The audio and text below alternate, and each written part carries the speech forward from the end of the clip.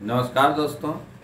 आज हम लोग बीपीएससी मेंस के लिए महत्वपूर्ण टॉपिक भारत के श्रम बल में महिलाओं के कम भागीदारी के कारणों एवं उपचार पर चर्चा करेंगे।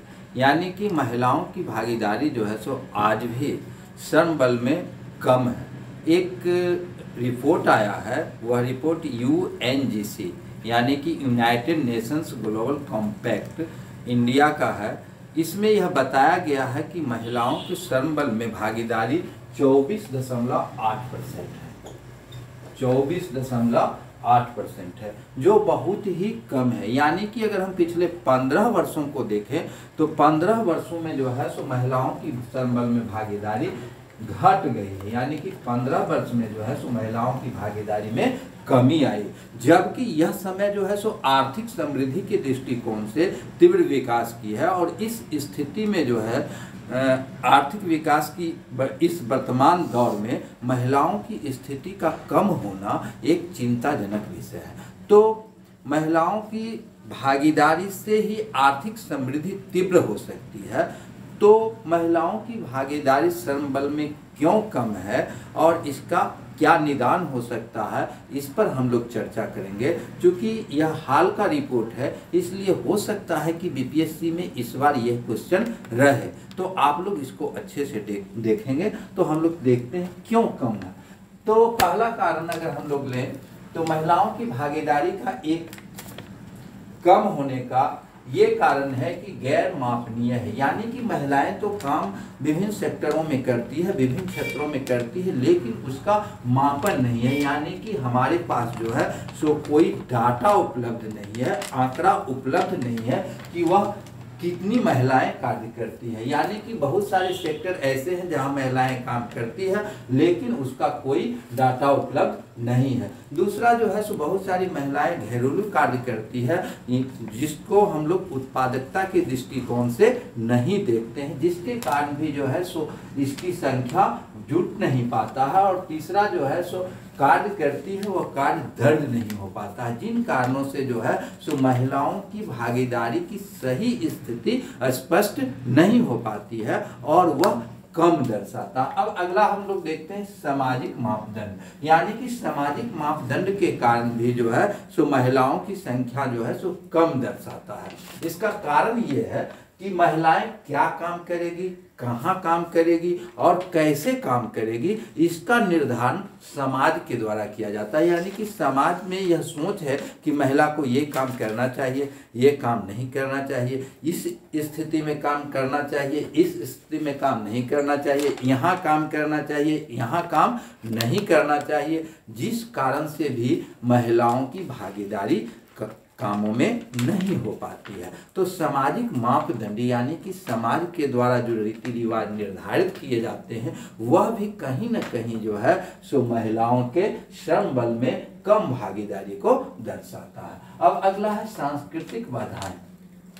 यानी कि हमारे समाज की जो सांस्कृतिक धारणाएं हैं उसके कारण भी महिलाओं की भागीदारी कम है। एक तो पारिवारिक देखभाल की जिम्मेदारी महिलाओं के ऊपर होती है। यानी कि उसके पास पहले से ही इतना कार्य होते हैं कि अन्य काम या आर्थिक गतिविधियों में वह संलग्न नहीं हो पाती है। यानी कि पारिवारिक देखभाल की पूर्ण जिम्मेदारी उन्हीं के ऊपर होती है, जिसके कारण उनको समय नहीं मिलता है और समय नहीं मिलने के कारण जो है सो वह आर्थिक कार्यों में भाग नहीं ले पाती है। अब है सामाजिक अस्वीकृति। यानी कि बहुत सारे सेक्टरों में या बहुत सारे क्षेत्रों में समाज के द्वारा कहा जाता है कि यह काम महिलाओं के लिए शोभनीय नहीं है, यह कार्य महिलाओं को नहीं करना चाहिए, जिसके कारण भी जो है सो महिलाएं काम नहीं कर पाती है। अब है कार्य की जिम्मेदारी भी उनके ऊपर बहुत ही ज़्यादा रहता है। इन कारणों से वह आर्थिक गतिविधियों में भाग नहीं ले पाती है और यह जो है सो श्रम बल में उनकी उपस्थिति को कम दर्शाता है। अब है बाल विवाह।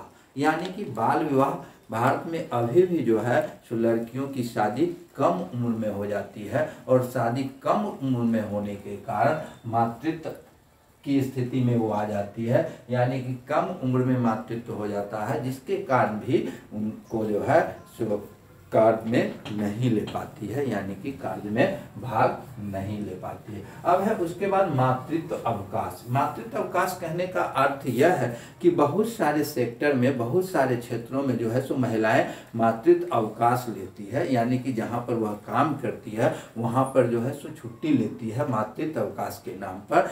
तो मातृत्व अवकाश का प्रावधान है, यानी कि सरकार के द्वारा या नियमों के अधीन जो है सो मातृत्व अवकाश सवैतनिक दिए जाने का प्रावधान है। लेकिन बहुत सारे सेक्टरों में, बहुत सारे कार्यालयों में, बहुत सारे कारखानों में मातृत्व अवकाश से पहले ही उनकी छुट्टी कर दी जाती है, और जब वो फिर से काम पे आते हैं तो उनको काम मिलना मुश्किल हो जाता है, उनका काम जो है सो छूट जाता है और दूसरे जगहों पर काम पर करना बहुत ही मुश्किल होता है, जिसके कारण भी उनकी संख्या जो है कम हो जाती है, यानी कि वह भागीदारी नहीं सुनिश्चित कर पाती है। यानी कि मातृत्व अवकाश के कारण उनकी कार्यों में रुकावट आती है और उनका कार्य छूट जाता है, जिसके कारण भी उनकी संख्या को कम दर्शाता है।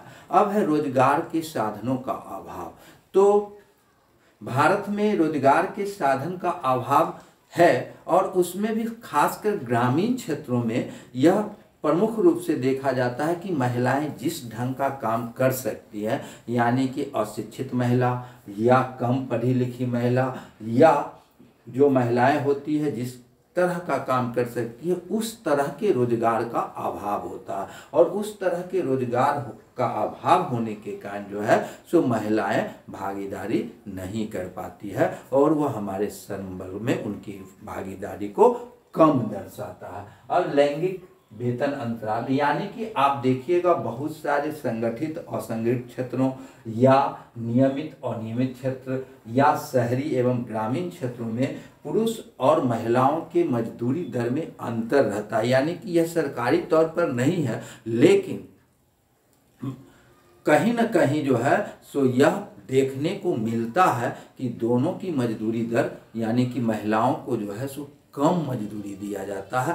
यह कानूनी प्रावधान नहीं है, लेकिन कानूनी प्रावधान नहीं होने के बावजूद भी महिलाओं का शोषण होता है, यानी कि महिलाओं को जो है कम वेतन दिया जाता है, कम वेतन पर रखा जाता है, जिसके कारण बहुत सारी महिलाएं काम करना पसंद नहीं करती। अब है परिवहन सुविधाओं का अभाव, यानी कि ग्रामीण क्षेत्रों में या अन्य क्षेत्रों में परिवहन सुविधाओं का अभाव होता है, जिसके कारण महिलाओं को आवागमन में असुविधा होती है, और असुविधा होने के कारण जो है सुबह कार्यस्थल पर या कार्य को करने के लिए नहीं जा पाती है। इसके साथ साथ उनको कार्य करने का, घरेलू कार्य करने के बाद अगर उनको कहीं जाना है तो उस स्थिति में आवागमन के साधनों के अभाव के कारण जो है सो वह सही ढंग से नहीं पहुंच पाती है, नहीं कार्य कर पाती है। तो इन सब कारणों से जो है सो भारत के श्रम बल में महिलाओं की भागीदारी को कम दर्शाता है। अब हम लोग देखते हैं कि इसको कैसे ठीक किया जा सकता है, इसका क्या निदान हो सकता है जो महिलाओं की भागीदारी को सुनिश्चित किया जा सके। तो ग्रामीण क्षेत्र में गैर कृषि रोजगार की व्यवस्था करनी होगी, यानी कि ग्रामीण क्षेत्र में इस तरह का रोजगार धंधों का विकास करना होगा जिससे महिलाएं अपने कार्यों को करते हुए, यानी कि घरेलू कार्य को करते हुए भी अन्य कार्य कर सकें, और वह गैर कृषि क्षेत्र में हो, यानी कि कृषि क्षेत्र में तो छिपी हुई बेरोजगारी देखने को मिलती ही है। तो छिपी हुई बेरोजगारी से हट के, कृषि कार्यों से हट के अगर ग्रामीण क्षेत्रों में घरेलू या कुटीर उद्योग या हस्तकरघा उद्योग आदि लगाए जाएंगे तो ज़्यादा से ज़्यादा महिलाओं की भागीदारी उसमें सुनिश्चित हो सकती है। अब है इसके लिए जो है सो स्वयं सहायता समूह को बढ़ाना होगा, यानी कि स्वयं सहायता समूह के द्वारा जो है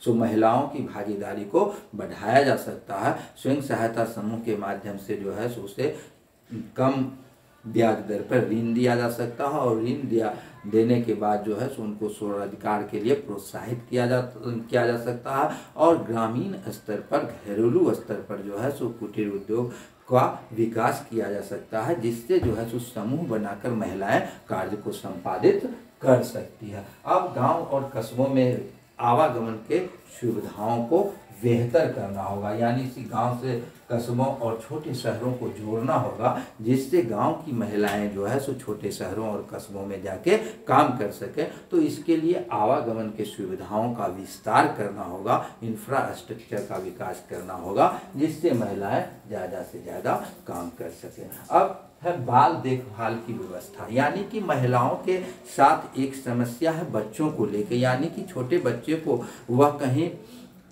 उनकी देखभाल करने के कारण वह जो है सो किसी कार्य में भाग नहीं ले पाती है। तो महिलाओं के लिए एक बच्चा होने के बाद जो है सो उनको काम में जाना मुश्किल हो जाता है, क्योंकि देखभाल बच्चों की देखभाल की समस्या उत्पन्न होती है। तो ये व्यवस्था होनी चाहिए कि बाल देखभाल की व्यवस्था अगर की जाए तो महिलाएं भी काम पर जा सकती है, अब कार्य को कर सकती है। अब है वित्तीय समावेशन, यानी कि वित्तीय समावेशन का अर्थ यहाँ पर महिलाओं को जो है सो स्टार्टअप या स्वरोजगार के माध्यम से जो है सो काम दिया जा सकता है। इसके लिए जो है सो उन्हें पूंजी की व्यवस्था सरकारी स्तर पर किया जाना चाहिए। बैंकों से जो है उन्हें सर्वसुलभ ऋण की व्यवस्था की जानी चाहिए, जिससे वह अपना स्वयं का स्वरोजगार स्थापित कर सकें और अपनी भागीदारी को सुनिश्चित कर सकें।